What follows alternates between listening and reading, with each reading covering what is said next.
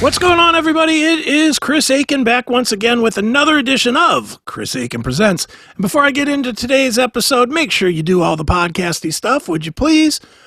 Follow channels, subscribe, likes, links, comments, do all that shit, okay? But really, the best way you can do it is just go over to chrisakin.net. Go there every single day and get every single episode. That's the best place, and it doesn't come with any of the corporate horse shit that they throw at you to watch on their platforms, okay? So chrisakin.net, best place to get it. And the best place to get some fun is on Freevee, it seems like, because Freevee has this brand new show called SPRUNG. Freevee, in case you don't know, is the free offshoot of Amazon. So if you don't have Amazon Prime, pretty much if you have anything that'll stream video, you can get Freevee. It's a free channel.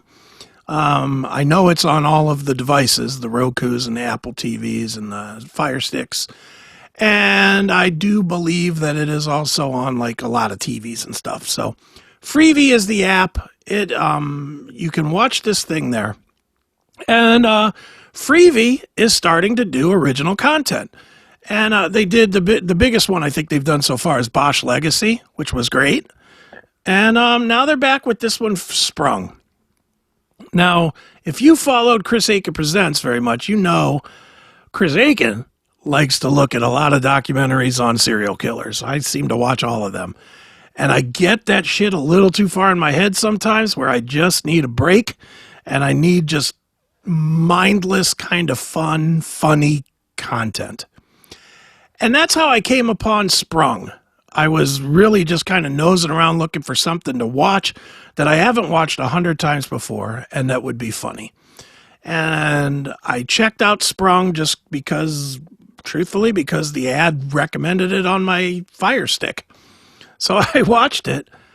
This series, at least season 1 of this series, is excellent. It's really, really funny.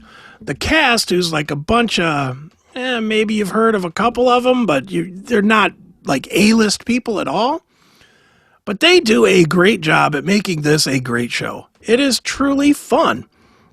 Now, the premise to this thing is that there's three of them here that just got out of jail because of the pandemic. You remember back in 2020 when, because of the pandemic, they were letting people out of jail.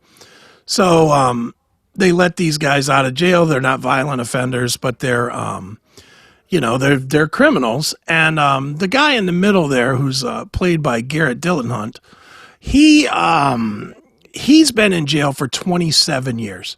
So for him, it's not only the culture shock of getting out of jail, after missing, things like flat screen TVs being introduced or cell phones or any of that stuff. He's been in jail for all that stuff. But he's also getting released out of jail into the pandemic with the masks and no toilet paper and, all that kind of stuff. And basically, the story wraps around him and they stay with this guy, Philip Garcia, the guy that's on the motorcycle there in the picture, the little motorcycle. They stay with his mother, played by Martha Plimpton. And